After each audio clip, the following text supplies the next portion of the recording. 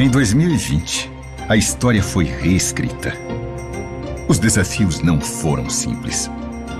Mas os administradores dos portos brasileiros, as empresas de transporte e os operadores logísticos mostraram competência e eficiência, garantindo o abastecimento do país e das nações amigas. O momento é de buscar soluções e, principalmente, de abrir caminhos para a retomada do crescimento econômico do Brasil.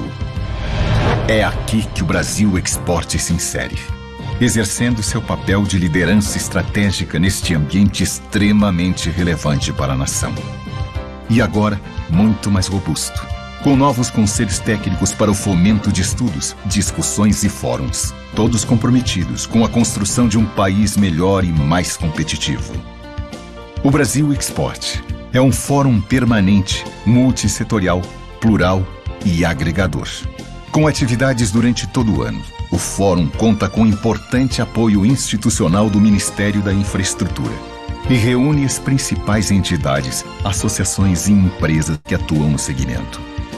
Os conselhos estão promovendo 6 fóruns regionais, fazendo com que os debates se multipliquem por todo o território nacional. O Fórum Nacional Brasil Export, mais uma vez, reunirá as principais lideranças e autoridades do setor logístico e de infraestrutura portuária. Sintonizado com o crescimento de encontros virtuais, o Brasil Export continua realizando webinários e videoconferências, garantindo uma rica fonte de troca de conhecimentos e experiências. Mantendo parcerias com os principais portos do mundo. A missão internacional do Brasil Export, o destino será Dubai.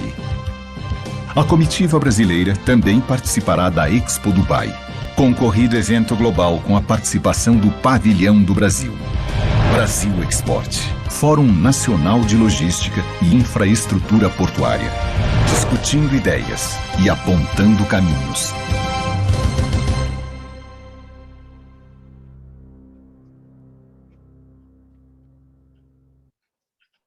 Olá, muito boa tarde, amigas do Brasil Export, aos amigos conselheiros do Brasil Export. Hoje uma tarde especial, aqui direto do Ministério da Infraestrutura.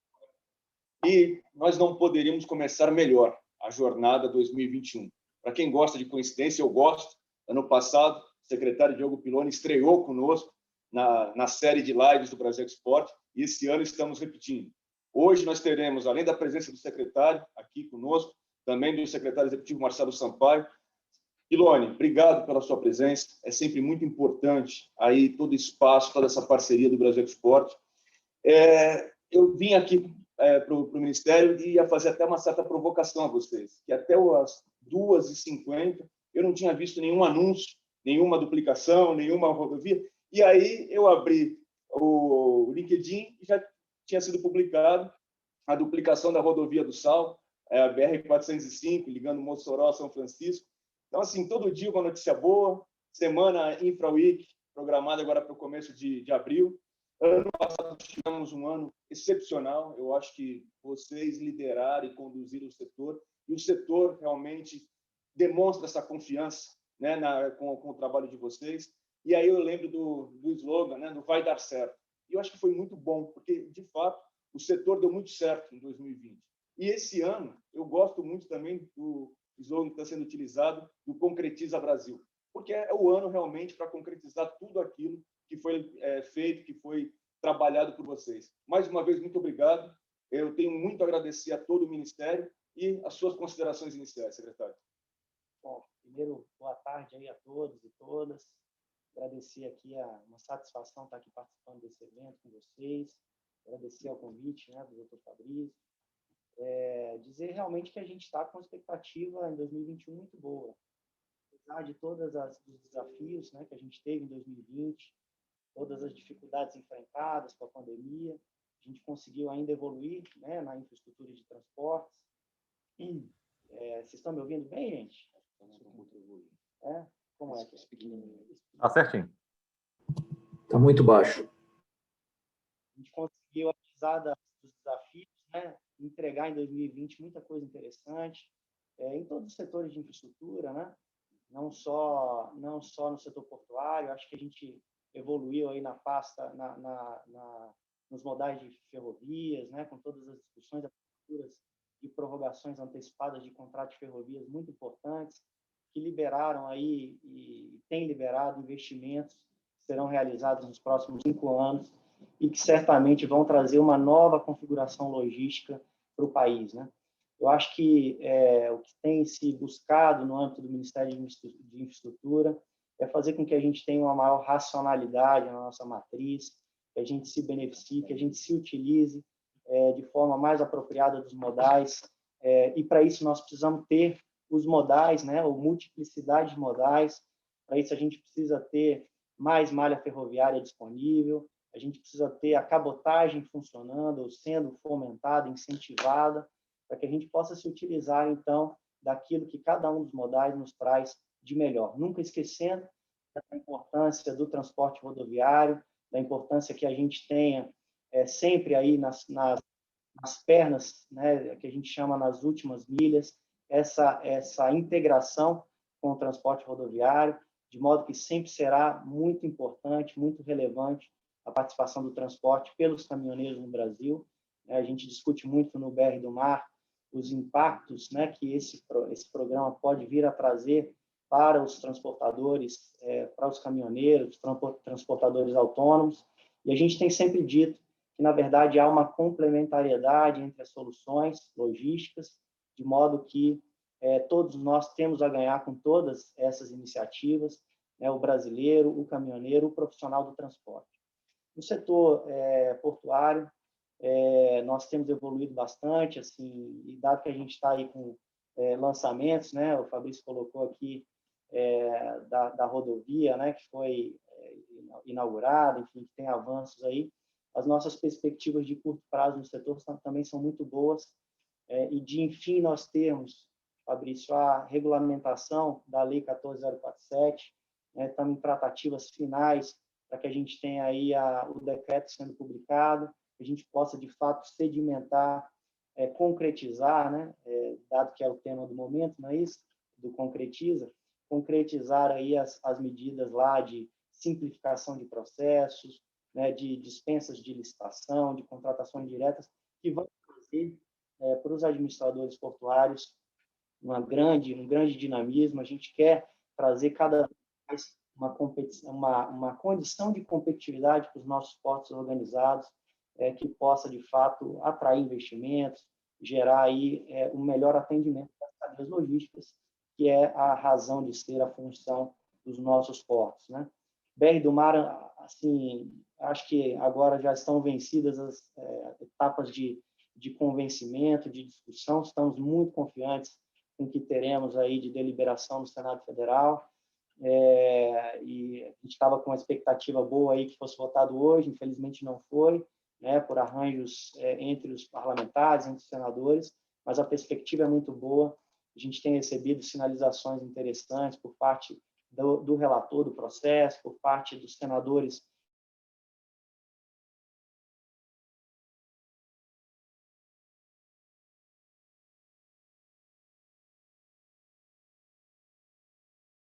e o desenvolvimento do país. Leilões, né, assim, já aí com grandes perspectivas, dia 9 de abril agora, né, no âmbito daí dessa semana fantástica que nós vamos ter, né, que é o Infra Week, dia 9 de abril, leilão agora de 5 terminais, né, 4 em Itaqui, um lá em Pelotas, todos eles com uma sinalização muito boa de participação, né, de interessados. Acho que a gente vai ter lá um leilão com muito êxito, para que a gente possa, mais uma vez, aí, trazer a possibilidade de investimentos novos nesses portos. E a perspectiva é dar continuidade, né, a esse pacote de leilões que a gente deve ter esse ano. A gente deve ter aí quase 20 leilões esse ano, e para que não fique só na promessa, as coisas estão aí bem maduras, né? Nós estamos já com a perspectiva de publicação de mais uma rodada de leilão com 3 áreas. Amanhã nós temos já pautado no Tribunal de Contas da União 2 novas áreas, que é o Mucuripe 01 e o MAC 13, é um terminal em Maceió e no Porto de Mucuripe. E com isso, a gente deve fechar um bloquinho aí de 3 áreas para ser publicadas aí em abril, com leilão previsto aí para agosto, né? E tem outras áreas já no tribunal sendo analisadas, então, assim, está de vento em pouco essa pauta. O ano de 2021 também é aquele ano que reserva a realização da primeira concessão de porto do país. Estamos já aí com o processo pós-consulta pública sendo azeitado, né, com todas as contribuições que foram feitas pelo setor produtivo, pelos consultores de mercado, né, pelas partes aí que vão trazer certamente com as suas contribuições melhorias importantes no modelo, para que a gente possa empacotar essas contribuições, fazer esses ajustes e endereçar o processo para o Tribunal de Contas da União, a nossa perspectiva ainda em abril, para que a gente possa cumprir o nosso compromisso de, em dezembro, termos o primeiro leilão de concessão na área do país. E não para por aí, na linha aí de realizar as concessões, a gente deve ter a publicação, a gente deve ter a publicação de mais um edital esse ano, que é o do Porto de São Sebastião. Então, a gente faz leilão de Codesa, mas já publica edital de concessão de São Sebastião, e aí esse processo será seguido, né, pelos demais, que são Santos e Itajaí, para 2022. Né? E estamos agora começando a contratação das consultorias para a Codeba, ou seja, a gente estabelece aí uma linha de produção com as concessões de portos e com todo o cuidado para atender, né, acho importante frisar, mesmo sob risco de ser repetitivo aqui, Fabrício, a necessidade de atender as preocupações que foram trazidas, né, e por muitos aí dos operadores ou associações que representam, né, os operadores portuários do Brasil, no que diz respeito a esse modelo de concessão e a preservação do princípio, que para nós é um pilar importantíssimo, que é o da segurança jurídica, ou seja, que a gente quer garantir que os contratos celebrados de longo prazo vão ser cumpridos à risca, né, e não quer trazer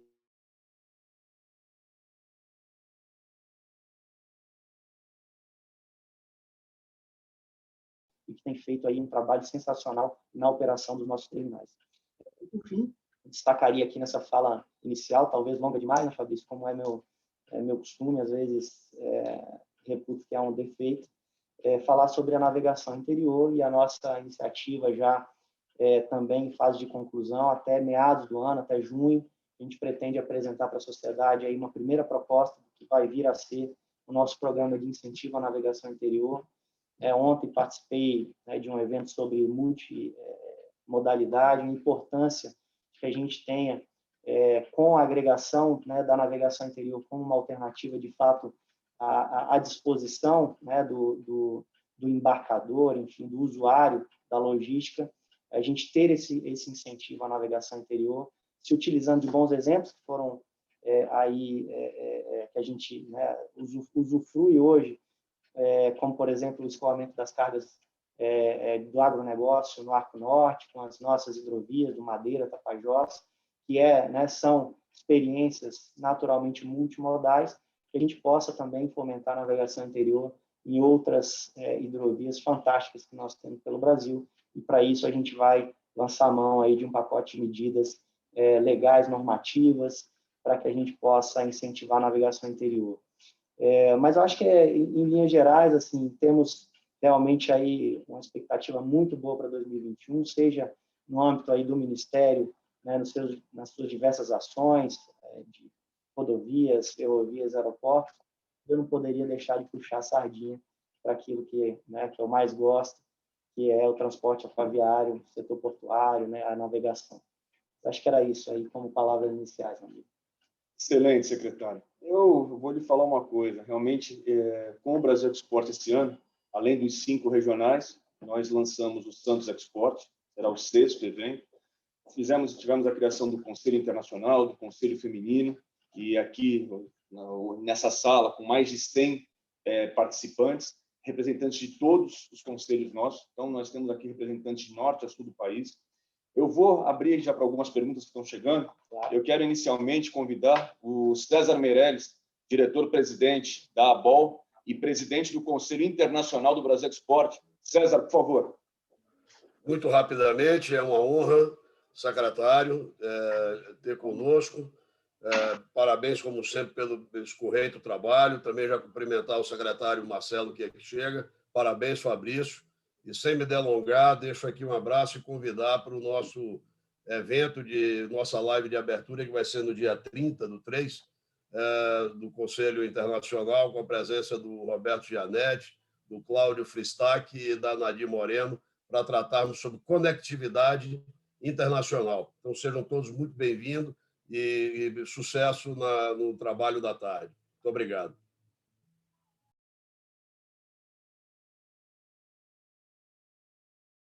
Vamos fazer o seguinte. Secretário Marcelo, muito obrigado pela sua presença. Realmente, o Brasil Export, eu falei no início da nossa transmissão aqui, a nossa gratidão pela parceria com o Ministério da Infraestrutura. Comentei com o secretário Piloni da brincadeira que eu faria, porque eu vinha para cá sem ver nenhum anúncio de obra ao longo do dia, nenhuma duplicação, nenhum leilão, nenhuma pavimentação, e aí, logicamente, tivemos o anúncio da rodovia do Sal, ligando Mossoró a São Francisco, a duplicação. Então, todo dia uma notícia boa, todo dia uma grande obra, e realmente o ano de 2020 foi um ano emblemático para o setor.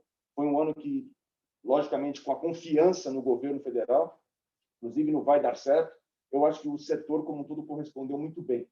Então, mais uma vez agradeço.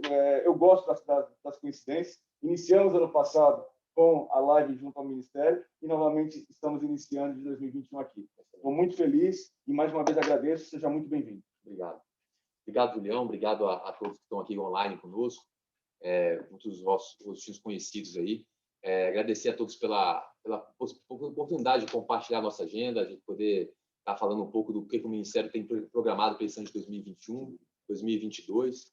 Então, Julião, acho que a gente vai ter mais um ano muito forte de trabalho, né? Todos nós em conjuntos, de mãos dadas aí, para transformar esse país aí nesse gigante em competitividade, em infraestrutura na parte de logística. Então, esse fórum aqui é um fórum que a gente tem falado que é muito importante.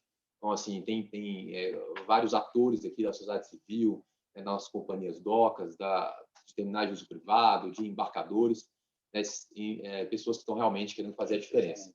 A minha ideia, então, aqui é fazer uma apresentação para vocês, um pouquinho do que a gente tem planejado para este ano, para 2022, tanto no que tange a parte de parceria com o setor privado, como também a parte de obras públicas, né? Então, se vocês acharem pertinente, eu vou projetar alguns slides, né, para a gente poder fazer essa abertura com o material que nós atualizamos aí para esses últimos 2 anos.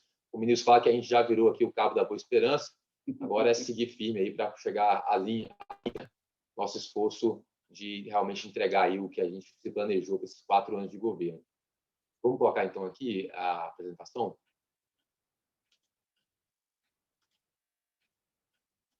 Você vai confirmar lá com eles se eles estão vendo a apresentação? Vocês estão vendo a apresentação? Aparece para vocês a apresentação? Sim, aparece, sim. Aparece. Perfeito. Perfeito. Vamos lá, vou estar aqui no módulo apresentação. Vamos lá, então vamos falar um pouquinho desses panoramas, de como é que a gente tem visto aí o setor, né? Eu acho que vou aqui fazer uma revisão um pouquinho do contexto, né? A gente tem aqui um setor hoje que investe pouco em infraestrutura. Vocês sabem da nossa estratégia, né, de utilizar cada vez mais o capital privado para suprir esse gap de infraestrutura que nós temos. Então, percentualmente do PIB, a gente segue com investimento ainda aquém do que o país precisa, um país que tem se desenvolvido, tem batido recorde em produção. Então, o nosso esforço aqui é conjunto de prover infraestrutura para o país e aumentar esse investimento percentualmente do PIB.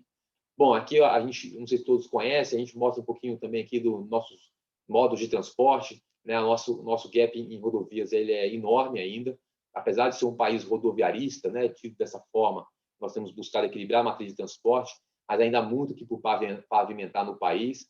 A gente tem aí em torno de 64 mil quilômetros de rodovias pavimentadas no país, rodovias federais, no total aí, pegando rodovias estaduais, municipais, a gente tem aí em torno de 202 mil quilômetros de rodovias, são 2%, 2 mil quilômetros, elas estão pavimentadas, ou seja, duplicadas. Ou seja, é um esforço enorme ainda se comparar com países continentais como o nosso, especialmente ali os Estados Unidos, a China, que tem aí, a gente tem 20% da malha pavimentada americana. O setor de ferrovias também, a necessidade de nós fazermos investimento, e aqui parte por um investimento maciço, investimento privado, portuário, a gente já está numa situação melhor, né, comparado com outros países, mas ainda há muito ainda que investir, tanto nos nossos arrendamentos, nos terminais de uso privado, esforço aqui para o secretário Quirone, né, que nos nossos conjuntos, de forma conjunta, estamos fazendo. E no setor aéreo, a gente já tem uma posição um pouco melhor, né, o Brasil tem hoje uma malha, infraestrutura aeroportuária bem densa.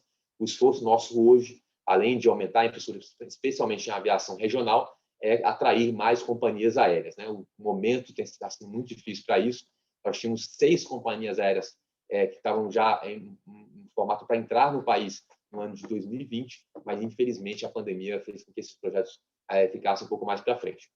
Bom, seguindo aqui, a gente mostra, então, esse incremento de investimento nesses próximos anos que tange aí ao setor privado, investimento privado, né? E vai tanto da prorrogação antecipada dos contratos de concessão das ferrovias, vai também aí os investimentos das concessionárias que nós já temos, né? E o Orçamento Geral da União, que é esse que está em verde aí, ele tende a ficar cada vez mais baixo, eu acho que as coisas vão se combinando e ficando equilibrado esse investimento.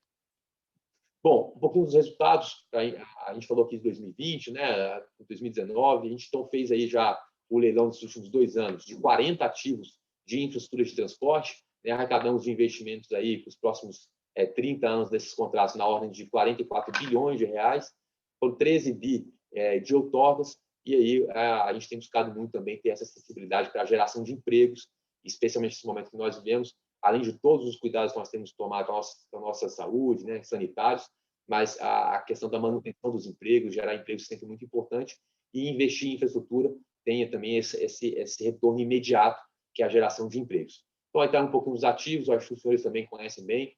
Eu sempre gosto de destacar que as rodovias, né, que a gente acaba não falando muito, do portuário, são os sábios arrendamentos que nós fizemos, foram 20 arrendamentos, foram 12 leilões de aeroportos, mas especialmente que as rodovias, BR-101, a 290, 386, que é a RIS, né, Rodovias Integradas do Sul, e a 364, 365, né, que está com a Eco Rodovias, já praticamente toda duplicada, faltando um pequeno trecho, e a BR-101 Santa Catarina também, que foi também outorgada, né, concedida no início do governo. Pode passar. No que tange a parte de realização de parcerias, a gente também avançou no ano passado, especialmente no framework, né, na esteira que a gente tem de ações para concessão, então, tanto na qualificação de projetos, no passado nós qualificamos 54 ativos, concluímos 9 estudos, né, aí tanto no setor portuário, setor ferroviário, rodovias, e temos hoje já 31 ativos aprovados no Tribunal de Contas da União, que estão indo agora na primeira semana de abril para leilão, né? Então, os 22 aeroportos, né, que é aqueles 3 blocos agora em abril, são 5 arrendamentos que nós vamos fazer também, 2 rodovias, 1 ferrovia, que é a Ferrovia Integração Oeste-Leste, está pronta aí para leilão já agora em abril. Leilão e renovações, nós fizemos 12 ativos, fizemos a renovação aí da Malha Paulista, que está ali com a Rumo, também fizemos renovação de Carajás, Vitória Minas, ou seja, com investimentos significativos, e começamos a implementar aí pela primeira vez a questão do investimento cruzado. Então, aquele recurso que a gente traria de outorga para o Tesouro, né, ele agora é pago, isso em investimento em infraestrutura. Então, a gente tem aí a construção da FICO, que é aquela ferrovia que vai sair do entroncamento da Norte-Sul em direção ao Mato Grosso, ali de Mara Rosa a Água Boa. Bom, então, a gente segue aqui, vamos seguindo aqui. Editais publicados, nós temos hoje 28 ativos com editais publicados, Julião. São 22 aeroportos, eu vou detalhar um pouquinho mais para frente. Expectativa de investimento um pouco mais de 6 bilhões de reais em investimento em aeroportos. Então, a gente consegue investir forte em infraestrutura de aeroportos junto com o setor privado, e também vamos ter até o final do ano o lançamento de uma primeira PPP no setor de aeroportos, com uma parceria público-privada, com alguns aeroportos do Bloco Norte. A gente pegou aeroportos regionais, a gente vai usar o Fundo Nacional de Aviação Civil para aportar a parte do público nesses investimentos, e o privado vai operar e vai fazer também o investimento dele. Então, a gente vai fazer uma PPP para aeroportos regionais. Vamos começar na região da Amazônia Legal, descemos depois para o Centro-Oeste e Nordeste. Vamos fazer 3 PPPs, um projeto bem interessante. O nosso pessoal se debruçou aqui, já está bem avançado, até o final do ano, se Deus quiser. Então, vamos ter essa PPP já rodando.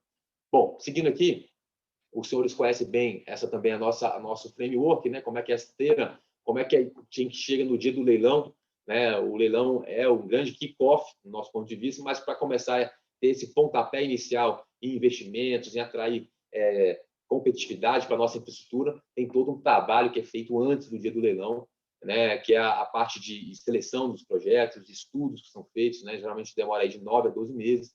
Depois a gente tem uma audiência pública, depois isso vai para o Tribunal de Contas, fica em torno lá de 120 dias no TCU, e aí a gente volta para as nossas agências reguladoras, para o Ministério, e a gente ajusta para fazer a publicação do edital, e aí sim temos o leilão em 100 dias. Né? A gente aumentou esse tempo aí para a gente conseguir atrair também investidores estrangeiros. Né? Os editais, alguns deles estão saindo já também publicados em inglês, isso facilita muito a atração de capital estrangeiro.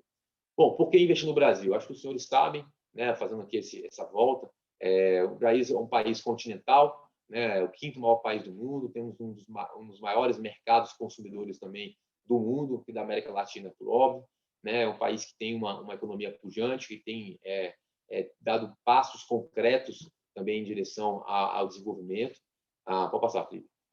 A gente, quando olha, então, os países no mundo com essa perspectiva de dimensão continental, área de produção, né, o Brasil hoje é o principal produtor agrícola, um dos principais produtores exportadores agrícola do mundo.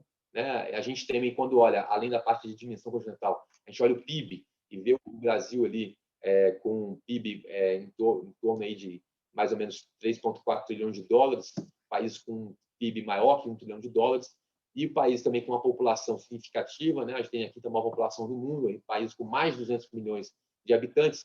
A gente coloca o Brasil e os Estados Unidos da China os únicos que têm dimensão continental, têm uma produção interna bruta significativa, aí acima de 1 trilhão de dólares, e tem aí também a população também pujante, ou seja, mercado consumidor. Ou seja, nosso país tem tudo, quando a gente fala que é um país vocacionado para estar entre os maiores, para realmente um país para ser grande, a gente tem aí todos os elementos, né, todas as ferramentas necessárias para isso. Por que investir no Brasil? A gente tem alocado aí, feito um esforço grande na parte do governo de demonstrar uma segurança jurídica.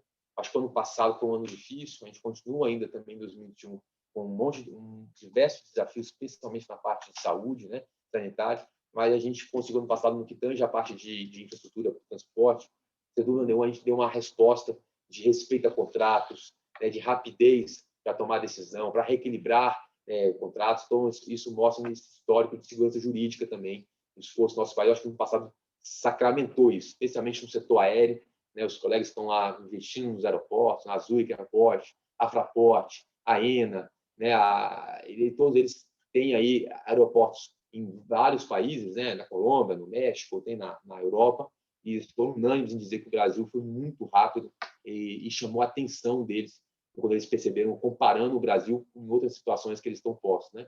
Então, a gente tem dado mostrado essa sinalização para o mercado. Nova atuação do BNDES, né? O BNDES ele sai um pouquinho desse papel de financiar a infraestrutura. A gente vê hoje fundos soberanos, fundos de pensão canadense, fundos que estão interessados em investir. Investir em infraestrutura virou a nova CDB no setor financeiro, que são contratos que têm uma estabilidade, e aí são contratos de 30, 35, 60 anos, né, como é o setor ferroviário. Ou seja, a gente tem hoje uma estabilidade nesse investimento e um retorno muito bom. Projetos também são projetos verdes, e são um compromisso nosso aqui por parte do Ministério de colocar projetos de infraestrutura que tenham esse cuidado de ter um selo verde, pela agenda de sustentabilidade. Então, a gente tem hoje um acordo assinado com a CBI, tivemos apoio do GIZ aqui também conosco durante o ano 2019, 2020. Ou seja, nós temos hoje projetos que estão prontos para serem classificados, né, certificados com o selo verde, para obterem aí green bonds, né, e ter esse financiamento todo para a sustentabilidade. A evolução regulatória, nós tivemos a aprovação da lei das agências reguladoras, dando mais autonomia, garantindo, preservando as agências de qualquer tipo de interferência política, né, e que não venha a ter essa independência, né, tanto para não ser capturada pelo setor, nem capturada pelo governo, ou seja, então a gente nem pelo usuário, né, mas até essa independência e conseguir fazer uma boa regulação. Então a gente tem buscado também no nosso contrato sempre garantir um mecanismo de cobertura de risco cambial. Né? A nossa moeda, ela infelizmente flutua muito, né? A gente está aí com um real próximo aí dos 5,50, quase bateu R$6. Ou seja, a gente tem uma moeda que flutua muito, ou seja, você tirar recursos da sua matriz da Europa, nos Estados Unidos, seja no Oriente, e transformar tudo isso em real e botar aqui, isso gera um risco grande que a gente estabeleceu alguns mecanismos nos editais, nos contratos, que permite essa cobertura desse risco aí cambial. Política de cabotagem, BR do Mar, né, esforço nosso, também ali com o reporto, que está dentro hoje do PL do BR do Mar. Acho que o Diogo tem atualizado algumas questões com relação a isso. Né, deve voltar para a Câmara dos Deputados, com o compromisso também de votar rápido, para a gente manter aí um pouco da essência do projeto. Autorização dos projetos ferroviários também, isso mostra um pouco da evolução regulatória nossa.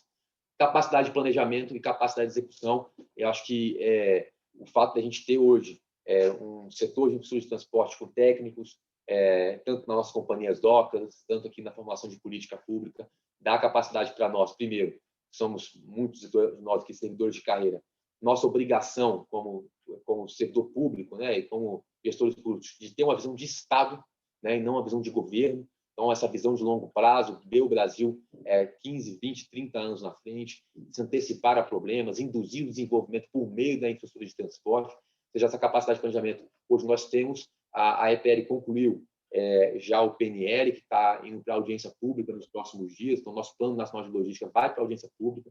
Eu conto aí com a contribuição de todos os senhores, com as críticas, com as dúvidas, né, com os puxões de orelha. Para a gente é muito importante, porque esse é um planejamento para todos nós. Não é um planejamento do governo, não é um planejamento de servidores públicos, é um planejamento do setor de infraestrutura. E é muito importante que os senhores, né, que fazem parte desse sistema se vejam representados, né, tenham o DNA dos senhores nesse planejamento, que é um planejamento de país. Né? Então, vocês fazem parte desse processo, são essenciais, né, fundamentais nesse processo, que vocês possam se debruçar em cima do PNL. Eu tive uma apresentação anteontem à noite, na sexta-feira à noite, perdão, e na sexta-feira à noite foi apresentado todo o PNL para mim, para o ministro Tarcísio. A gente tem um produto de alta qualidade, com uma modelagem de alto nível. Né? A minha formação é na área de planejamento, né? Tanto no mestrado e o esforço todo de tentar ter esse olhar de Estado. E eu fiquei impressionado com o que a gente viu ali em termos de modelagem.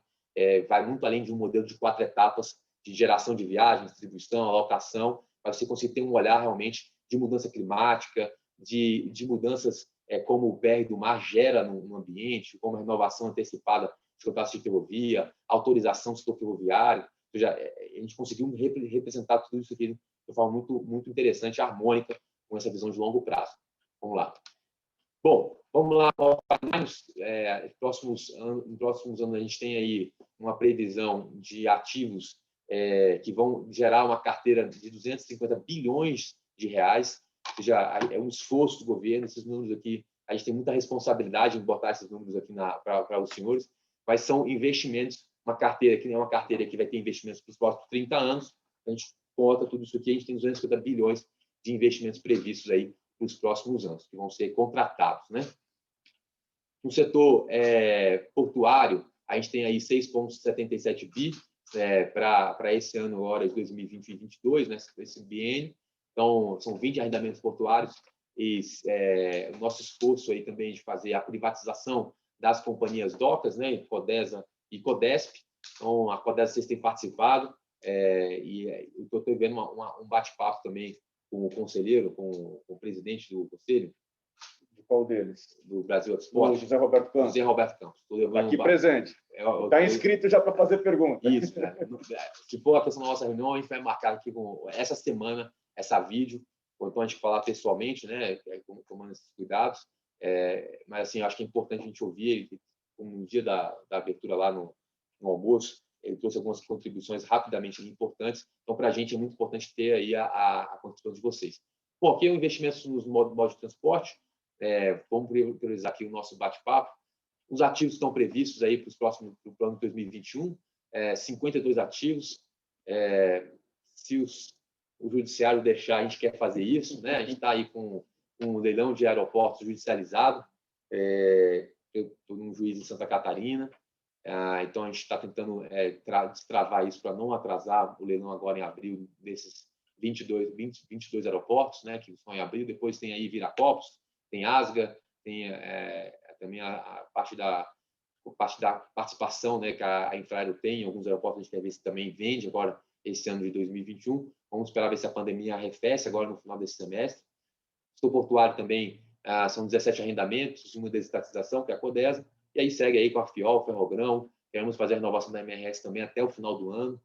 isso aí gerando investimento cruzado, o esforço nosso aí de prover infraestrutura. Pipeline aí no tempo, né? Então, acho que é um pouco da informação posta de outra forma. Pode passar? E aqui, quero ver contigo se a gente passa por cada um dos modos, ou a gente pode ir na pauta legislativa, que eu acho que vale a pena a gente falar um pouquinho sobre isso, né? E talvez falar um pouco de sustentabilidade. Os modos aqui, a gente tem, essa apresentação está à disposição de vocês, a gente fez aqui um sumário que a gente pode navegar, mas tem os detalhes ali de edital, né? A mudança que a gente fez nos editais, usando boas práticas, nos contratos também. Então, a gente aprofunda um pouquinho em cada modo de transporte, mas acho que a pauta legislativa vale a pena a gente ouvir um pouquinho, ter esse bate-papo. Licenciamento ambiental, os senhores sabem, né? É prioridade para a gente, BR do Mar, pode passando, Felipe, acho que está carregando até lá embaixo. DTE, Free Flow, um marco regulatório, marco legal aí de autorização de ciclovias. A gente pretende soltar uma medida provisória depois, mais para frente, mudando um pouquinho. A gente vai fazer a fusão da EPL e Valec agora, nos próximos meses, e a gente vai fazer um ajuste na missão dessa nova empresa que é a IFCA. A gente faz 20 anos da 10233, que foi a lei que foi de criação do DENIT e da ANTT, né? Foi em 2001, e a gente propôs também aqui uma revisão dessa legislação, né? A gente tem algumas coisas que precisam ser revistas. Eu acho que o chocante que a gente tem aqui hoje, o DENIT é uma autarquia que os diretores não têm mandato, porque não há agência reguladora, mas tem sabatina de todos os diretores do DENIT no Congresso. Não faz sentido. Não faz sentido sabatinar os diretores do DENIT sem sabatina se não tem mandato, né? Ou seja, eu passo a sabatina de um diretor do DENIT e no dia seguinte, se eu quiser, eu exonero ele. Então, isso não faz sentido. A gente quer revisitar isso. Aqui também a gente quer ver também a questão do DENIT. O DENIT tem conselho de administração, né? Conselho de administração é um instituto típico de uma empresa, né? Uma empresa pública. A gente tem CA, tem COFIS. Então, a gente não faz sentido também a gente ter um CA no DENIT, mas vai muito além disso, né? A gente revisitar um pouco a forma que a gente está posto ali, a gente reforçar um pouco da estrutura também. A gente tem a ANTT ANTAC criada na 10233. A gente quer passar algumas competências do DENATRAN, que tange aí a questão da certificação dos veículos, né? Para a agência reguladora que trabalha com trânsito, com transporte terrestre, né? Transporte terrestre. Então, a gente vai fazer um trabalho colaborativo, em conjunto com os senhores também, para a gente revisitar a lei, a 10233, que faz 20 anos esse ano. Voo simples, medida provisória está pronto para revisitar o marco do setor aí, o CBA, né? Que é o Código Brasileiro Aeronáutico, e também vamos revisitar também a questão da pesagem nessa mesma medida provisória. Bom, BR do Mar, aqui eu não vou pregar aqui para os senhores conhecem bem a estrutura, qual é o nosso esforço, né? Vou passar. Sustentabilidade, a gente passa um pouquinho da nossa agenda aqui, né? Nosso esforço junto com o CBI, certificação climática, né? A gente está alinhado aí com os principais normativos do setor, como o princípio do Equador, né? Os princípios que regem ali essa matéria de conformidade com relação à parte de sustentabilidade. A ISO 14000, nossos contratos também, são de setor portuário, rodoviário, estão vindo já também certificados com essa ISO. A gente espera isso das concessionárias. A questão de medidas compensatórias no setor do meio ambiente, né? Tanto com a parte de mitigação, medidas que são importantes para termos a garantia dessa sustentabilidade mesmo, né? Da relação porto com o meio ambiente ali local, com rodovias também. Nós vamos fazer o leilão da BR-163, é o primeiro leilão concessão de uma rodovia dentro da Amazônia Legal. A gente tem todo um cuidado para que seja um exemplo de sustentabilidade, de passagem de fauna, né? de cuidado realmente com o meio ambiente dentro da Amazônia Legal. E, assim, a compartilhamento dos riscos, né? De licenciamento ambiental. A gente sabe que o licenciamento ambiental tem todo um risco envolvido aí pelos investidores. Bom, senhores, estou à disposição para a gente passar outros detalhes, caso seja necessário, e agradeço a oportunidade de falar um pouco do nossa agenda. Acho que agora a gente poder um bate-papo e ouvir as contribuições e realmente as dúvidas. Com certeza. Marcelo, primeiramente, a pergunta aqui que mais chegou é se a apresentação pode ser disponibilizada para os nossos conselheiros hoje, né? Todos aqui presentes, nós temos aí praticamente 100 conselheiros, de novo, de norte a sul do país, do Conselho Internacional, do Conselho Feminino. Eu vou abrir aqui a série de perguntas e eu queria inicialmente chamar o Sérgio Aquino, presidente da FENOP e presidente do Norte Export, aqui presente. Sérgio, por favor. Boa tarde, Fabrício. Boa tarde, secretário Marcelo Sampaio. Não sei se está ainda aí o secretário Piloni, o nosso secretário de Portos também. Boa tarde. Boa tarde a todos, todas que estão aqui conosco. Muito obrigado. Parabéns mais uma vez ao Brasil Export, ao Unevent. Me permita, secretário, tocar em dois temas muito rápidos, não é?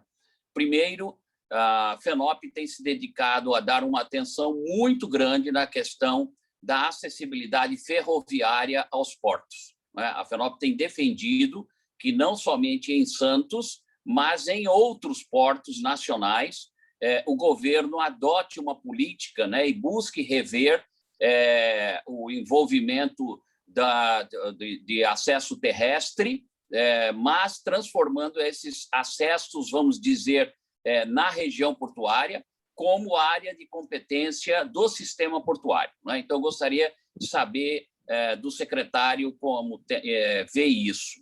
Outra coisa rapidíssima com relação ao Plano Nacional de Logística, nós queríamos enaltecer essa posição. O Brasil é carente de planos de Estado, não é? Nós vivemos tendo planos sucessivos de governo, muitas vezes não são planos, são listas de obras que mudam de nomes.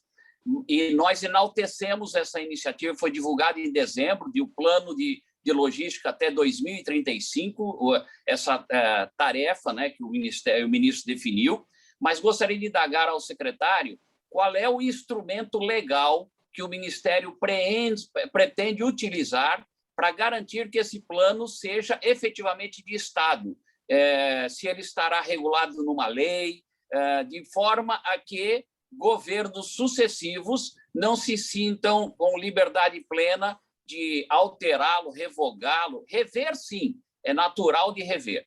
Mas, então, ferrovia, acesso aos portos e qual instrumento legal que o governo tem, que o MINFRA tem como plano para normatizar como plano de Estado e não apenas plano de governo. Obrigado, secretário.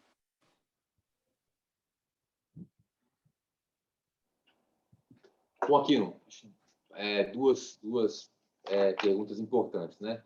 Bom, primeiro com relação aos acessos nos portos. A gente está gestando aqui no Ministério um programa dedicado à questão dos acessos, não só aos portos, mas também os acessos aos terminais ferroviários, né? O Raul deu um joia aqui, ele está lá na SFPP, a Secretaria de Fomento lá da secretária Natália Marcassa. Uma das missões que nós demos para o novo diretor lá de informações, o Tito Lívio, realmente que a gente consiga ter um olhar estratégico para o elo mais frágil da nossa cadeia hoje, Julião. A gente sai da porta da fazenda, a gente tem diversas opções de forma de chegar da origem para o destino, mas quando chega no destino, que geralmente é um terminal ferroviário ou um terminal portuário, a gente não, esse é o elo mais fácil é a chegada, é onde tem um gargalo, é onde a gente tem dificuldade muitas vezes de garantir a operação frequente, né? Então, assim, o esforço nosso de ter um olhar especial para essa chegada aos portos, tá? Então, assim, a gente está gestando um programa. Eu vou pedir já, depois, Raul, que está aqui nos assistindo, que a gente compartilha um pouco do esboço que nós temos. Nós fizemos já um diagnóstico bem detalhado dos acessos dos nossos portos, dos nossos terminais ferroviários, para que a gente possa atacar de forma muito direta esses elos de acesso aos terminais. A gente tem, acho que um emblemático, que é o Porto Santos, né? Ali tem a questão ferroviária, né? Ali a Portofer, né? A Ferradura, a FIPS, ou seja, o acesso rodoviário também que é melhorado, aí tem a questão da ponte, o túnel do Guarujá. A gente está estudando isso de uma forma estruturada, tá? com variáveis, estabelecendo critérios, para que a gente consiga ter um formato muito claro, pragmático e transparente da forma que a gente vai tratar com os acessos. Aí vão além dos acessos portuários, mas também os acessos ferroviários, aos terminais ferroviários, porque isso gera tanto rodo-ferro, rodo-porto e ferro-rodo, ferro-porto, tá? Então, assim, a gente está estudando isso, vou compartilhar com o Sérgio, com os demais, um pouco do esboço que nós estamos fazendo, para receber também contribuições de vocês. Com relação ao instrumento de planejamento, né, como é que a gente vai dar um enforcement para isso? o que nós pretendemos fazer é apresentar o PNL, assim que passar pela audiência pública e colher as contribuições dos senhores, ao CPPI, que é feito a coordenação pelo próprio presidente da República, e sai aí uma menção da aprovação do Plano Nacional de Logística por um decreto do presidente. Então, é um decreto presidencial, por óbvio, eu não vejo necessidade de a gente botar isso no nível de lei, mas tem aí tanto tem um nível de rigidez, digamos, de ato administrativo, que a gente entende que é interessante. É óbvio, um outro presidente entrando, ele vai ter a possibilidade de ajustar, caso ele entenda, porque está dentro da capacidade dele ali, que é um decreto nível de presidente. Mas aí a gente tem também que cria também um formato que dá uma estabilidade, porque o próprio setor vai ter uma resistência, né? A gente deixa um legado. Então, tem muita coisa que a gente está fazendo hoje aqui no Ministério, como fazer processo seletivo para ocupar cargos de superintendência no DENIT, ocupar cargos dentro do Ministério, os nossos planos aqui diversos, a forma que a gente trabalhou, a rotina de processo, então, todos os nossos processos hoje no Ministério, a maior parte deles estão mapeados no Visage. A gente tem hoje tudo um fluxo de quanto tempo demora, o input, o output, como é que sai. É difícil depois vir um outro desconstruir isso. No próprio setor, senhores, nós que estaremos aqui dentro, não vamos, ninguém fica aqui no raiz nenhuma cadeira aqui, a gente sabe que isso aqui é uma corrida de revezamentos, a gente vai cumprir nossa missão, não vamos dar o bastão para outro, mas a gente quer deixar um legado, deixar alguns instrumentos que fiquem aqui perenes, independente de quem está na cadeira, de quem seja o presidente, de quem seja o ministro, de quem seja o secretário, são instrumentos que vão transcender aqui a pessoa que está sentada, né? E o instrumento de planejamento de logística, né, o PNL, é extremamente importante que ele seja perene, seja uma coisa de longuíssimo prazo. Então, o instrumento é esse. O PNL, assim que aprovado, ele é submetido ao CPPI, que é um Conselho de Ministros, comandado pelo Presidente da República, depois ele sai em nível de decreto pelo Presidente da República. Lembrando que a gente já tem a Política Nacional de Transporte, né, feita lá na época, coordenada lá pela antiga Secretaria Nacional de Política de Transporte, SNPT, né, SPNT, Secretaria de Política Nacional de Transporte, uma lei, né, saiu em lei a Política Nacional, e o PNL vem aí dando resposta a isso também, tá bom? Então, basicamente é isso. Obrigado, secretário. Na sequência, eu chamo agora o Mário Povia, presidente do Sudeste Export e diretor da Companhia Docas do Rio de Janeiro. Mário, por favor. Boa tarde a todos. Queria cumprimentar Marcelo Sampaio, parabenizar, Marcelo, pelo trabalho que você e sua equipe vem realizando. Realmente, a gente tem acompanhado e é fantástico os resultados alcançados, realmente um Ministério de Excelência. E acho que você tem tido esse feedback de vários players e das mais variadas atividades, mas eu gostaria de deixar registrado esse reconhecimento. Marcelo, a minha pergunta ela é até um pouco egoísta, meio pontual, né? A gente sabe que o Ministério hoje, em termos de recursos financeiros, tem muito pouca mobilidade, né? Os recursos são insuficientes. O Ministério tem usado vamos dizer, de uma certa criatividade, né, para obter esses investimentos por meio de, lato sensu, parcerias público-privadas, né, dentro de concessões, no nosso caso, dentro de arrendamentos portuários. A pergunta é objetiva, né? Há uma raspa de tacho, há uma mínima possibilidade de a gente obter ainda algum recurso público para alguma obra de maior envergadura nos portos, uma dragagem de aprofundamento, a construção de algum berço, ou você acha que nesse horizonte de curto e médio prazo isso é inviável, é pouco provável? Seria isso. Obrigado. Mário, obrigado pelo apoio. Os resultados que nós temos alcançado aqui é por causa dessa parceria, do trabalho conjunto com todos os senhores. A gente sabe que ninguém está construindo nada sozinho, e acho que a gente tem um setor de infraestrutura hoje muito harmônico, trabalhando de forma conjunta, e isso gera resultados. Bom, com relação a investimento público para o setor portuário, a gente fez um ajuste ano passado, né, onde as outorgas dos arrendamentos estão indo direto para o caixa das companhias docas, né? Então, isso foi um esforço nosso para garantir que a própria companhia doca tenha minimamente um caixa ali para dar conta do desafio de manter ali a manutenção do dragagem, a dragagem como um todo, a manutenção do canal, né? Então, assim, o esforço nosso, a gente tem aí, como vocês viram, são 17 arrendamentos que a gente quer fazer esse ano. todos eles vão virar para a outorga e para a companhia DOCS, que a gente pretende aí que seja utilizado, né, pelos nossos docas na manutenção também do canal e do porto. Eu acho difícil, tá, Mário, sendo sincero, a gente ter um recurso para a dragagem aí, com o orçamento que a gente está tendo. É claro que se tiver uma situação crítica que vai inviabilizar a operação, nós vamos encontrar os meios para fazer a manutenção. Agora, realmente, em termos de prioridade, se a gente não conseguir dizer não, né, a gente acaba não conseguindo, a gente perde o conceito da palavra de prioridade. Então, assim, de fato, hoje, a gente não tem uma previsão de investimento para a dragagem nos portos, né, do OGU, do Orçamento de Água da União.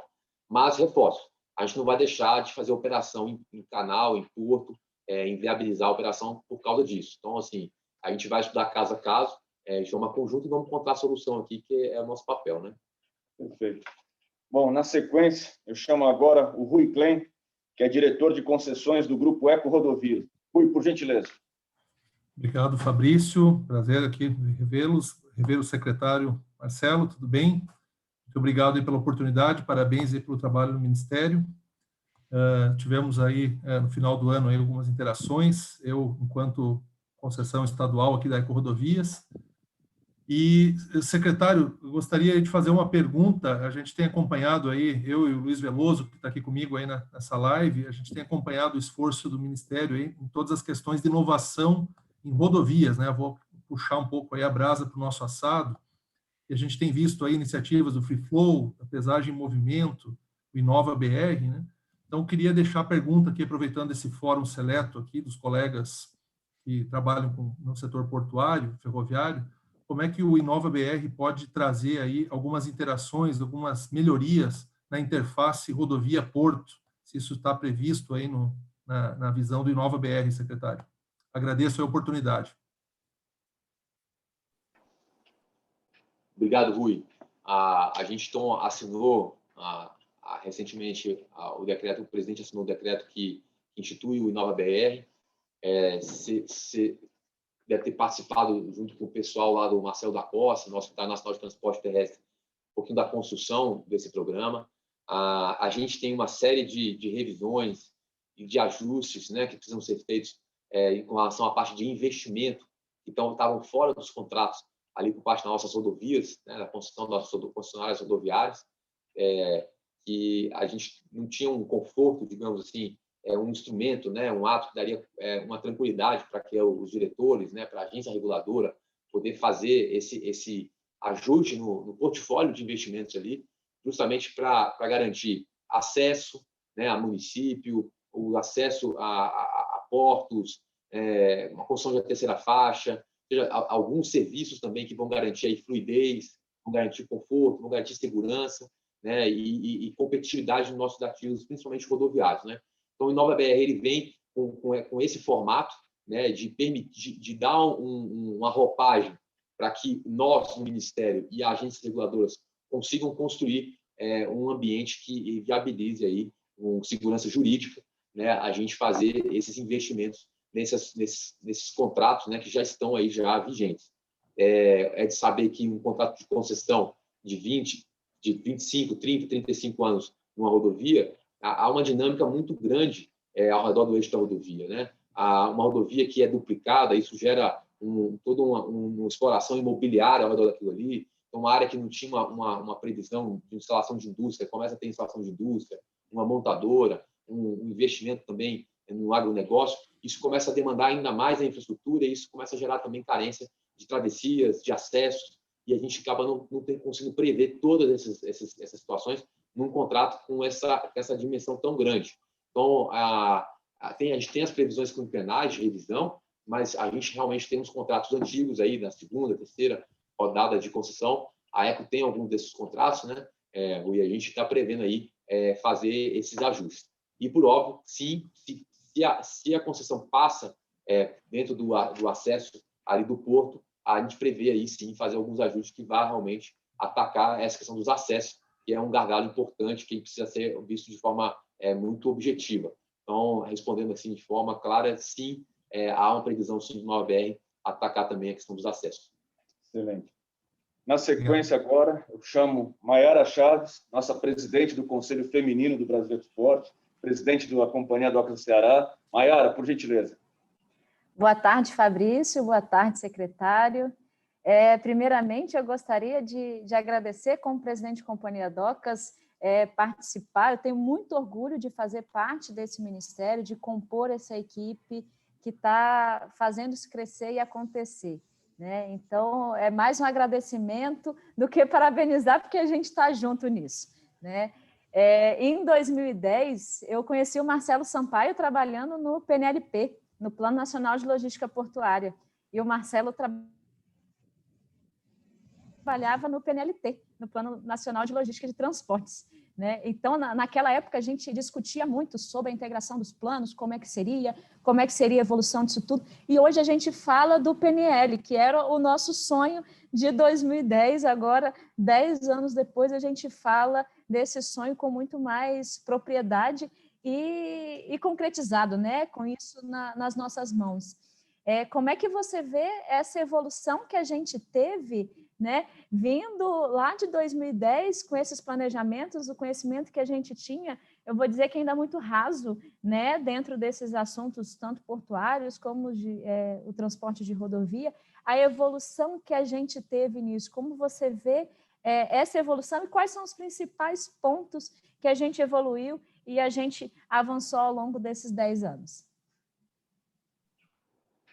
Obrigado, Maiara. De fato, a gente milita, digamos, pela parte de planejamento já há um bom tempo, né?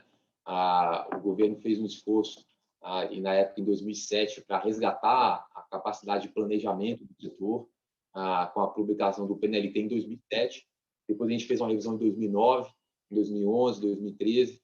Em 2012 foi criada a Empresa de Planejamento Logístico, a EPL, né? E, assim, isso é um trabalho que muitos colegas que nos antecederam, que estão conosco até hoje, do antigo GEIPOT, né, que deixaram de legado para nós aí a importância de termos um planejamento, de termos uma visão estruturada de país, né? É importante a gente ter essa percepção de que a gente precisa pensar o futuro, né, e ter isso mapeado, né? Isso é muito importante, e não só no nosso mundo particular aqui da indústria de transporte, mas isso precisa estar conversando muito com o setor produtivo, com o Ministério da Agricultura, conversando com o Ministério do Meio Ambiente, conversando com o Ministério de Minas e Energia, no que tange aí a eclusas, né, essas barramentos que nós fazemos nos nossos rios. Então, assim, é um trabalho que tem que ser feito de nível de esplanada, né, assim, de nível, pegando multidisciplinar. Então, assim, para começar, a gente não tinha como estar pensando porto, rodovia, aeroportos de forma distinta, né? E é isso que a gente tinha. A gente tem um PAN, que é um Plano Nacional de Aviação, né? A gente tinha um PNLP, que era um Plano Nacional de Logística Portuária. Estou com o meu relógio aqui tocando, né? Está dando o nosso tempo aqui. Eu estou resgatando algumas peças aqui que era da antiga rede ferroviária, estavam escondidas nos armários aqui, pedi para revitalizar. Estou testando aqui meu relógio de corda, está funcionando bem. A gente então tem buscado unificar tudo isso, e a gente tem hoje um Plano Nacional de Logística que tem a percepção de capacidade dos nossos ativos de forma conectada, né? Antes a gente botava no Plano Nacional de Logística e Transporte a capacidade do porto infinita, né? E a gente simplesmente descarregava a produção nesses portos. E a gente identificava distância, identificava custo logístico para chegar lá, e é isso que ia ajustando a escolha de ir para um porto ou não, né? E já o setor portuário, né, no planejamento, tinha aí toda uma forma de identificar a capacidade portuária e prever o incremento de carga chegando ali. Então, a gente tem agora tudo isso de forma conjunta. Para mim, é uma satisfação a gente ter o PNL hoje no formato que está. Acho que os senhores vão se surpreender com o modelo que está posto lá. Quem está tocando isso lá hoje, fechando o PNL, é o Leandro. O Leandro, ele construiu o plano de aviação de regional, né, lá atrás, trabalhou na Secretaria de Aviação Civil, trabalhou na ANTP, então, assim, estava trabalhando aqui no Ministério, está lá agora na EPL, ou seja, ele rodou muito pelo setor, conhece bem o formato. O que eu estou mais, digamos assim, entusiasmado, tá, Maiara? Hoje a gente tem uma política nacional de transporte publicada, conhecida, que traz grandes diretrizes e nortes muito claros no setor, né? A gente tem agora um Plano Nacional de Logística, também ajustado, que reflete essa política num nível estratégico, com a visão de Estado. E nós temos agora os planos setoriais também. Então, a gente consegue ter uma visão de política, uma visão estratégica, tática e operacional para a nossa atuação no setor de infraestrutura. Então, a gente consegue fechar hoje com o PNL essa visão estratégica para o setor. A gente tem hoje o Plano Nacional de Transporte, Plano Setorial de Transporte Terrestre. Nós temos os planos mestres, né, para o setor portuário, e temos também no setor de aviação, o PAN, né, que também continua, que é voltado aí para o nível tático aí do setor de aviação regional, aviação também de grande porte. Então, assim, acho que a gente deixa aqui um legado, né, e um esforço nosso para deixar, como o Aquino trouxe, tudo isso muito instrumentalizado para ter enforcement, para dar continuidade aí nos próximos anos como uma agenda realmente de Estado. Excelente, Marcelo. Na sequência, agora, eu convido o Fábio Schierino, diretor-presidente da DP World. Fábio, que vai ser nosso grande anfitrião da missão do Brasil Export esse ano para Dubai. Fábio, por favor, Fábio. Vamos todo mundo vacinado. É isso aí. Obrigado, Fabrício. Secretário, um prazer tê-lo aqui conosco e poder discutir esses temas importantes para a gente aqui da logística. Eu queria fazer referência a uma parte da sua apresentação. Lá fiquei muito satisfeito quando eu vi o volume de investimentos em ferrovias aí nos próximos anos, porque isso demonstra a importância que a ferrovia está tomando aí no nosso país. Eu sei que ainda tem uma quantidade de recursos muito grande voltado ao rodoviário, afinal de contas é o principal modal utilizado hoje, mas é importante esse foco em ferrovia e na cabotagem também com o BR do Mar. E na cabotagem eu sei que não é um assunto diretamente associado, mas estamos todos aguardando a aprovação da BR do Mar, não só pelo que ela traz para a cabotagem, mas também porque vem de carona aí o reporto, e isso para a gente realizar todos os investimentos necessários e atender a todos esses leilões que o Ministério está preparando para a gente aí, é fundamental que a gente tenha o reporto, né? Nós mesmos, lá na Deep Road, temos alguns investimentos aí meio represados em equipamentos, porque estamos aguardando o que vai acontecer com o reporto. Então, eu queria continuar pedindo o apoio, eu sei que não é diretamente dentro do Ministério da Infraestrutura, mas já que pegou a carona do BR do Mar, pediu apoio. E outro ponto importante voltando a bater na questão da segurança jurídica, né? Eu vi que o secretário comentou várias ações que estão sendo feitas para melhorar a segurança jurídica. Isso é um ponto fundamental, porque investidores como a Deep Road, que tem presença em mais de 50 países, nós acabamos competindo pelo mesmo recurso, né? Onde que ela vai alocar o recurso, e muitas vezes a gente acaba perdendo, não porque nós não temos um negócio atrativo, mas por causa da insegurança jurídica, que não nos dá uma visão de médio e longo prazo confiável, vamos dizer assim, né? E para dar como exemplo o que está acontecendo agora com relação à padronização de rubricas no setor portuário de containers. Isso para a gente é um exemplo de que o mercado não está livre para livre concorrência. Isso nos deixa bastante preocupado, porque o mercado ele se autorregula. A gente sabe que em diversos ciclos da economia, quando você tem um excesso de capacidade instalada, o preço dos serviços cai e vice-versa. E o que a gente tem observado é que, apesar da movimentação fantástica que os portos brasileiros apresentaram num ano de pandemia, ainda a gente percebe iniciativas como essa de padronização de rubricas, de valores a serem cobrados. Então, eu queria pedir o apoio do Ministério, pedir o apoio do secretário, e se o secretário poderia citar algumas ações nesse sentido, para dar um pouco mais de tranquilidade para a gente que tem aí investimentos aí louco para sair da gaveta e botar em prática. Obrigado. Bom, Fábio, acho que são pontos importantes aqui, né, que tangenciam bem aqui no nosso dia a dia.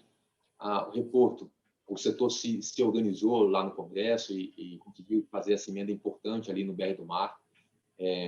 Nós estamos trabalhando também aqui no governo para fazer essa alteração na data de vigência, né, do reporto, colocando aí que ela starte no ato da sanção da lei, né? Então, isso vai permitir que a gente tivesse 12 meses ali desse incentivo que é importante, especialmente nesse momento onde a gente começa a ver um boom aí de investimento, não só no setor portuário, mas também no setor ferroviário, né? Então, nós estamos 100% favoráveis aqui por parte do Ministério, então, estamos trabalhando junto com os senhores para que isso saia redondo do Congresso e também nosso compromisso no esforço aqui para que não haja nenhum tipo de veto em relação ao repor. Segurança jurídica é fundamental, né, para qualquer tipo de relação. Então, assim, a gente vê realmente um esforço nosso aqui do Ministério em ter isso como uma grande diretriz, um grande norte, e, de fato, a gente tem trabalhado junto ali com a ANTAC, né? A gente tem uma diretoria nova se formando ali na agência, para que a agência já entre com esse mindset, né, de livre mercado, de dar liberdade para o setor trabalhar e só atuar no caso de ter um abuso, de algo que fuja realmente daquilo que se espera para o setor, né? Então, assim, a gente tem também trabalhado não só junto com a agência reguladora, Fábio, que a gente tem ali o Eduardo Neri com esse mindset também, e eu acho que a gente percebe isso nele, esse esforço também, né? Mas, assim, é um trabalho que a gente vai precisar fazer conjunto, todos nós aqui, de aproximar da agência e ter também ali na base técnica dentro da agência essa visão, né? Acho que a lei que foi publicada, né, pelo presidente, trazendo esse novo formato para enxergar o mercado, né, de liberdade econômica, né, ela prega muito isso, né? Então, nós fizemos já alguns workshops com os nossos times, com as agências reguladoras, apresentando, junto com o Ministério da Economia, essa mudança de visão que a Lei de Liberdade Econômica trouxe para o setor como um todo, né? Então, tem esse trabalho, eu acho, de culturamento, né, e para trazer essa percepção. A parte de segurança jurídica, a gente tem que tentar fazer contratos mais robustos, né, que tenham uma segurança maior ali no contrato. A gente tinha contratos antigos muito fluidos, que permitiam interpretações diversas ali do que estava escrito no contrato. Então, é um esforço também nosso aqui. E nas poligonais, né, a gente tem trabalhado na revisão das poligonais. Esse ano a gente quer revisar mais 11 poligonais, deixar isso bem atualizado dentro dos nossos portos, de forma que a gente tem aí também na revisão do uso daquele solo ali dentro da poligonal, também garantir ali que não haja monopólios, que haja concorrência, né, especialmente no Porto de Santos. Então, esse é um esforço nosso, aí a gente está travando uma batalha grande, muitas vezes com interpretações, né, o próprio Tribunal de Contas, tem lá o STS-8, o STS-8A também sendo questionados pelo próprio TCU. Então, é um trabalho conjunto, né? Acho que todos nós aqui, de mudança de cultura, né, à luz aí da Lei de Liberdade Econômica, de segurança jurídica nos nossos contratos, como os leilões estão sendo postos, e também nesse trabalho junto aí aos nossos órgãos aqui, que também são órgãos de controle, né? Então, contem conosco, Fábio, você conta com o nosso apoio aqui, que a gente puder, de forma concreta, viabilizar, talvez uma reunião ou um conjunto com a ANTAC, lá com o Eduardo Neri, com o Adalberto Tokarski, né? Hoje, acho que a Gabriela voltou, está na diretoria lá da ANTAC também. Então, assim, contem com o nosso apoio aí, conjunto, para estarmos construindo um ambiente cada vez mais seguro para investir no Brasil. Perfeito. Obrigado, Fábio. Na sequência, eu convido agora o Dr. Manuel Ferreira, nosso grande embaixador do Nordeste Export, nosso conselheiro do Brasil Export, presidente do Grupo Agemar. Doutor Manuel, por gentileza. Boa tarde, meu caro Fabrício. Você é sempre muito gentil conosco. Boa tarde, amigos. Boa tarde, secretário Marcelo. Parabéns pela apresentação. E se dá gosto a gente ser brasileiro, ver como esse país é grande e quanta coisa tem para fazer. Secretário, eu gostaria de fazer, apesar da grandeza de sua apresentação, eu gostaria de fazer uma pergunta um pouquinho fora da curva. O setor portuário, como rodoviário, como aeroviário, desde março de 2020, com a pandemia, sempre respondeu de primeira à questão da movimentação de cargas ao país. Uma coisa que preocupa hoje é que a gente não tem, esse setor não foi priorizado com a questão da vacinação.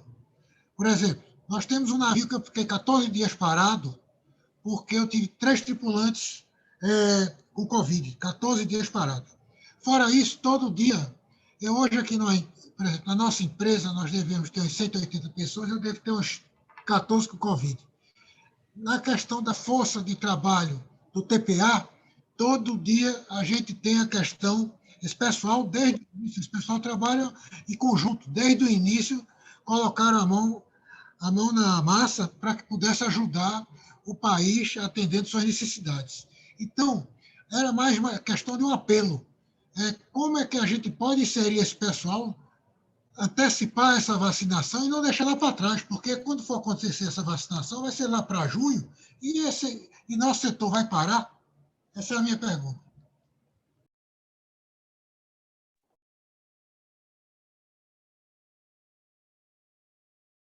Manuel, obrigado pela pergunta.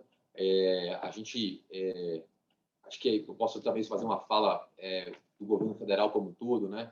O esforço nosso aqui tem sido muito grande com relação à logística dessa vacina. O Ministério da Infraestrutura está conectado agora mais fortemente com o novo ministro da Saúde, que tomou posse hoje, o médico Marcelo Queiroga, né? O meu adjunto aqui, que é o Rodrigo Cruz, passou o final de semana com ele já, podendo desenhar um formato de logística. A gente começa a ter o Brasil, um grupo seleto de países do mundo, produzindo essa vacina em casa, né? Pelo Instituto Butantan, pela Fiocruz. Então, a nossa expectativa é que a gente consiga regularizar essa logística e que possa, cada vez mais, a gente ter um número de vacinados no país. Isso é uma prioridade para nós todos, né? Não só do governo, mas para todo o setor, que a gente vacine o maior número de brasileiros o quanto antes. Então, como é que a gente vai trabalhar na questão da priorização? E aí fica complicado, porque a gente começou a ter, se eu não me engano, já tem, acho que 12 entidades, ou 13 entidades que já estão priorizadas ali na vacinação, né? E o número de vacinas ainda é um número muito aquém ainda do que a gente quer, que precisa disponibilizar para a sociedade como um todo. Então, assim, de fato, tem muitos setores demandando a priorização da vacinação. A gente compreende e sabe da importância de priorizar todos esses setores, mas, de fato, o que vai resolver, Manuel, é uma vacinação em massa mesmo, né? A gente precisa vacinar os brasileiros, todos os brasileiros, para que a gente consiga chegar num patamar de que a gente tenha aí voltar a um normal, né, de movimentação, salvar vidas e ter esse zelo também pela manutenção das atividades. Então, assim, eu realmente não posso me comprometer e prometer essa questão da priorização dos portuários, né? É claro que assim que a gente conseguir vacinar a população de mais idade, né, a gente consegue começar a trabalhar num nível de priorização mais rápido, né? Assim, a gente chegou aqui, pelo menos no Distrito Federal, nós começamos a vacinar hoje o pessoal de 69 anos, né? Então, chegando ali no de 60, que é onde começa um grupo de risco mais sensível, aí, quando chegar ali no 58, 59, a gente tem combinado já de começar a trabalhar algumas priorizações. Então, eu vou vacinar quem ali de 40 a 50 primeiro. O pessoal que está fazendo o país rodar, que é o setor portuário, o setor aeroportuário, que também tem pedido a priorização também, né? O pessoal da infraestrutura aeroportuária não foi priorizado, mas o pessoal das companhias aéreas foram priorizados. Então, assim, existe aí uma busca muito grande por isso, mas a gente precisa cumprir primeiro essa meta de vacinar 100% do nosso pessoal aí de 60 anos para cima, né? E aí a gente consegue dar uma diminuída na taxa de hospitalização. Depois disso aí eu acredito que dos 60 para baixo, a gente vai conseguir ter um pouquinho mais de fôlego para conseguir priorizar essas categorias que tem sim aí colocado aí o peito aberto para manter a operação do país, o país funcionando, o abastecimento, né, no país como um todo. Então, eu acho que a minha resposta é nesse sentido. A gente precisa priorizar os 60 para cima, né, e eu acredito agora, a gente aproximou muito da saúde agora nessa última semana, e a gente quer ver se a gente muda aí o formato, né? O ministro Queiroga até brincou conosco ontem aqui, rapidamente, o ministro Tarcísio chamou ele para um almoço, né? E ele falou assim, eu quero ser o Tarcísio da saúde. Né? E assim, esse é o esforço do Brasil. O Brasil precisa disso, né? Precisa de entrega, precisa de resultado, precisa perceber isso. E vamos torcer e botar o novo ministro da Saúde nas nossas orações, nas nossas preces, para que dê tudo certo. Que bom. Pessoal, infelizmente, por uma questão de horário, vou passar a última pergunta. Convido agora o Henry Robson, diretor da MSC. Henry, por gentileza. Obrigado, Fabrício, pelo deferimento. Eu sei que nós estamos muito apertados, secretário-geral. Parabéns pela apresentação. Como sempre, uma visão global do setor e eu agradeço muito a sua disponibilidade de tempo. Marcelo, eu tenho 3 questões muito simples de fazer a pergunta e um pouquinho mais complicado para responder, mas a primeira é sobre a BR do Mar. E aí sobre a ótica de qual é a visão do Minfra sobre o produto final que se espera das casas do Congresso vis-à-vis o próprio encaminhamento que a presidência e o ministro deram quando submeteram o PL 499 ao Congresso, né? Quer dizer, qual a expectativa do Minfra aí? Rapidamente, eu sei que é puramente expectativa. A segunda já foi tocado por 2 colegas meus, o Siqueirino e o Mário Povia, pontualmente, mas é sobre a questão fiscal que nós vamos ter que enfrentar e essa realidade fiscal vis-à-vis infraestrutura no país. Recentemente, a gente viu uma ideia do Legislativo de reservar 30% de todas as privatizações para a criação de um fundo social que, eventualmente, pudesse garantir um programa de renda mínima, alguma coisa parecida. Isso, obviamente, tem um impacto direto, principalmente quando se pensa na outra tendência, que era de tentar preservar as receitas das privatizações para investimento no próprio setor de infraestrutura, e tentar preservar pelo menos uma parte disso para não amortizar a questão fiscal pura e simplesmente. Como o Minfra vê o risco, como o Minfra vê a possibilidade dessas receitas de privatização serem retornadas, pelo menos parcialmente, ao setor de infraestrutura, mediante a urgência que é clara da nossa questão fiscal que nós vamos todos ter que enfrentar mais cedo ou mais tarde. Isso vai um pouco na questão do Mário, de investimento das autoridades portuárias na infraestrutura, vai um pouquinho na questão do Siqueirino, de programas de incentivo fiscal, como o Repoto, que um ano a gente sabe é muito pouco para progresso, e é aí que ele quer estabilidade de projeção e questões afins, né? Então, Marcelo, acho que essa questão.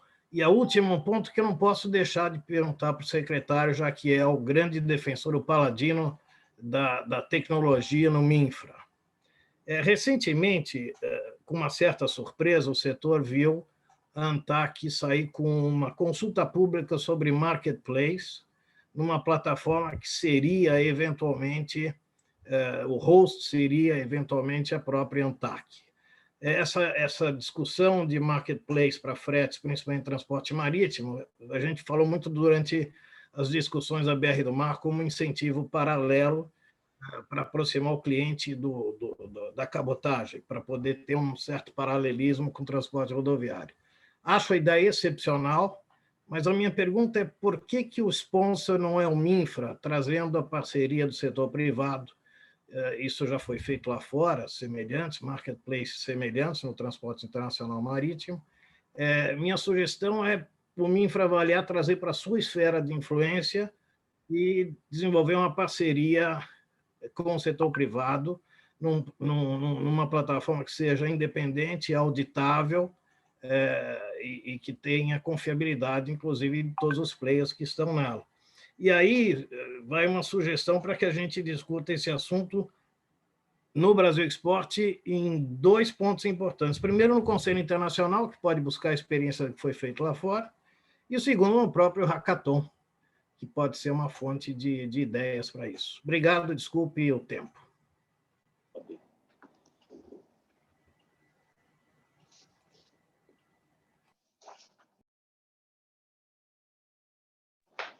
Vamos lá, então. Eu anotei aqui os 3 pontos. Bom, o BR do Mar, nossa expectativa. Um projeto que deu o que falar no Congresso, né?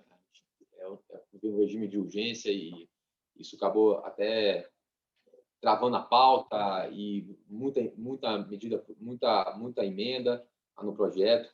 gente trabalhou agora no Senado Federal para tentar arrematar o projeto ali, mas da forma que está posto ali, não faz sentido, né, a gente continuar com algumas emendas que estão sendo propostas, e a gente já conseguiu hoje costurar ali dentro do Congresso e junto com a articulação do governo ali na Secretaria na Segov, né, na Secretaria de Governo, a volta desse projeto para a Câmara dos Deputados.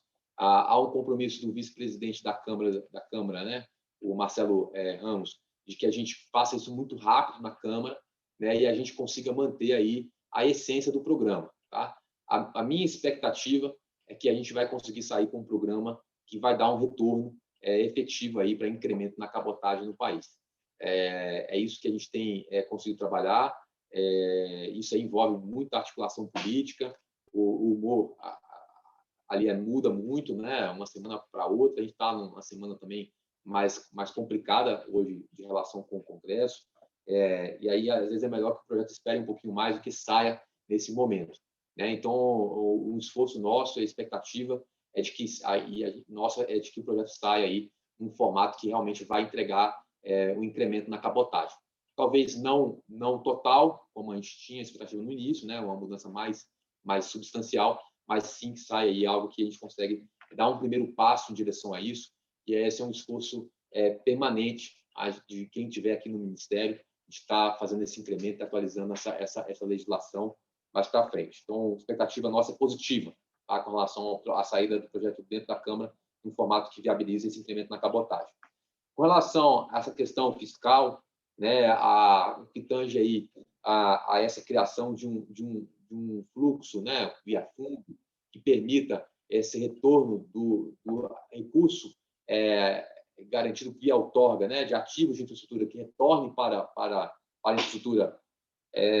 A gente vibra com isso aqui no Ministério, tá, porque é isso que a gente tem buscado fazer o tempo inteiro, né? Acho que o investimento cruzado é um esforço nosso nesse sentido, né?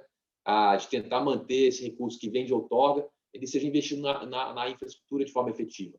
Então, a gente vibra com essa possibilidade, e a gente sabe que o governo como todo tem diversas demandas, interesses, né, que precisam ser atendidos, mas para nós, se a gente conseguir reservar um valor dessas outorgas e eles conseguir ser revertido dentro do setor, é muito importante. Agora, é de destacar aqui que a gente tem que ver um formato que isso seja feito. O que a gente tem hoje? A gente tem um fundo da Marinha Mercante, a gente tem um Fundo Nacional de Segurança do Trânsito, que é o FUNSET, e a gente tem o Fundo Nacional da Aviação Civil.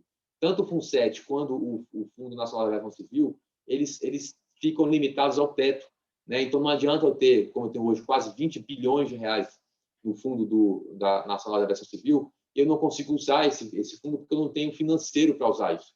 Né? Orçamentário para que a gente consiga pegar esse recurso e efetivamente usar, porque ele bate no teto, eu tenho um limite. Né? A gente tem que criar um formato que esse recurso fique disponível para a infraestrutura utilizar sem necessariamente a gente ficar amarrado aí nessa questão do orçamentário financeiro. Com todo respeito ao teto que a gente tem que ter, e a gente conseguiu isso via o investimento cruzado. Né? O investimento cruzado, o investimento que vai ser feito agora pela Vale, hoje no papel lá é 2,7 bi, mas aqui na prática vai ser uns 6 bi, que vai ser investido na FICO, que é a Ferrovia Integração Centro-Oeste. Vai ser um investimento totalmente feito pelo setor privado, e isso não consome o nosso investimento aqui, né, nosso financeiro por parte do público. Né?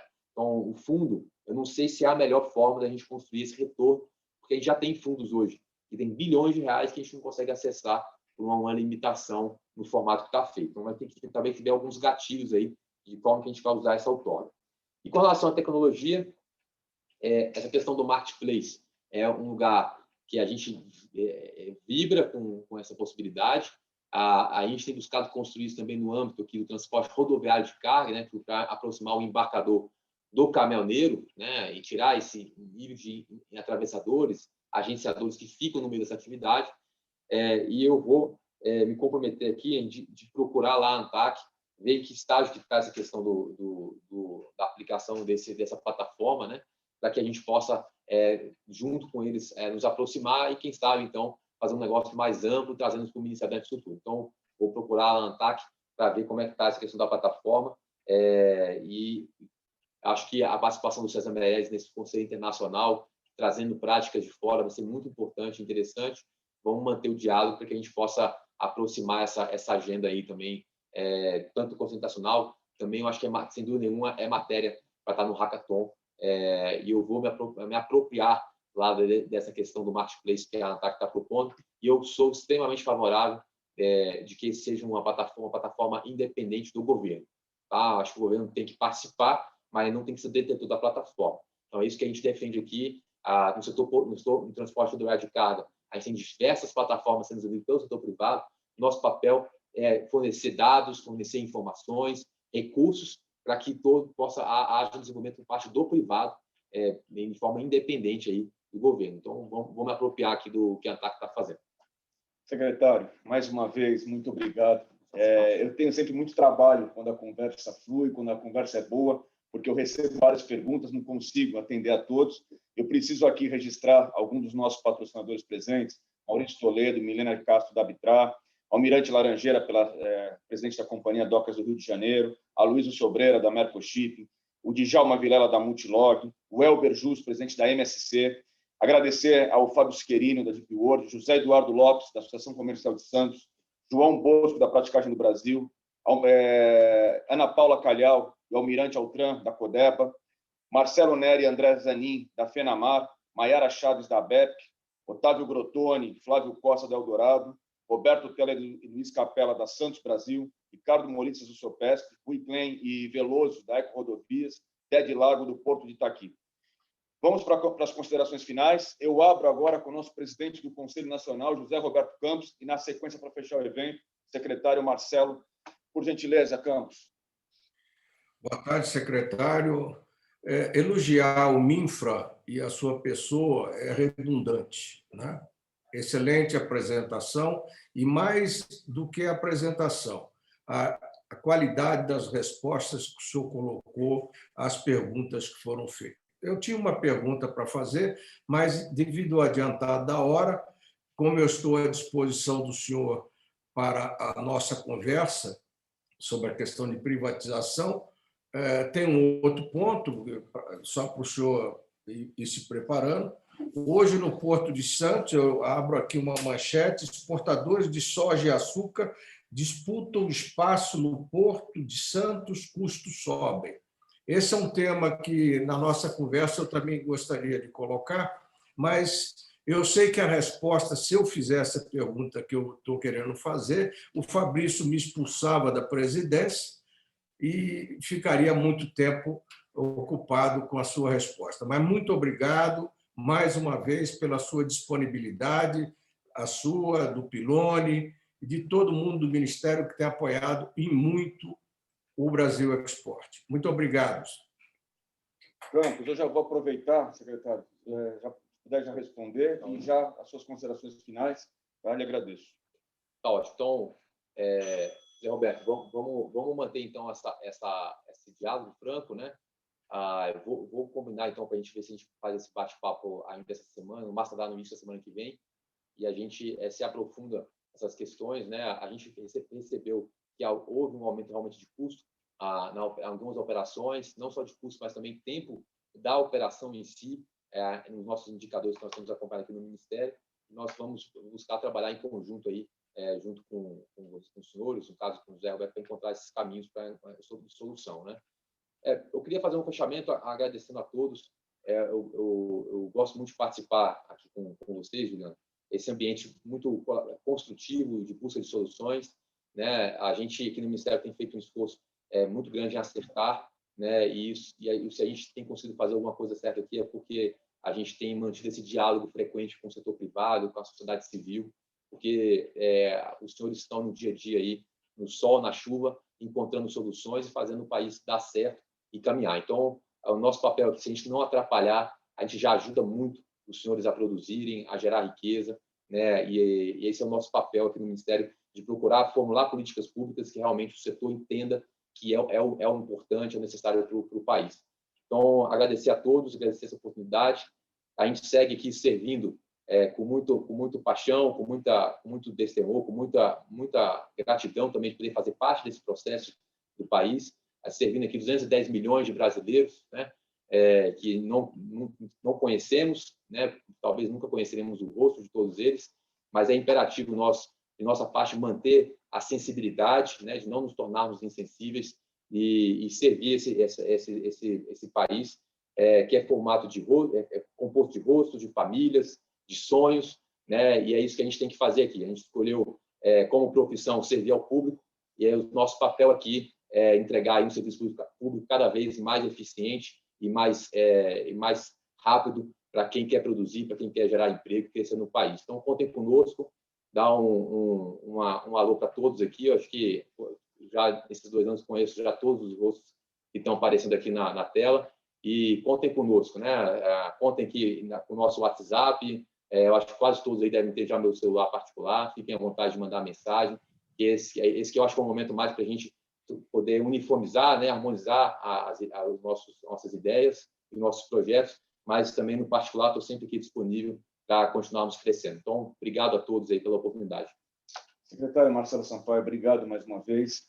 Quando nós passamos aqui quase 2 horas juntos, e você vê a qualidade da nossa plateia, a qualidade do público aqui presente, com diversos presidentes de companhias docas, de entidades, isso demonstra a confiança do setor no trabalho aqui liderado pelo ministro Tarcísio, liderado aí pela sua presença. Eu queria mais uma vez agradecer, porque, de fato, o Ministério da Infraestrutura é o Brasil que dá certo, é o Brasil que todos nós acreditamos.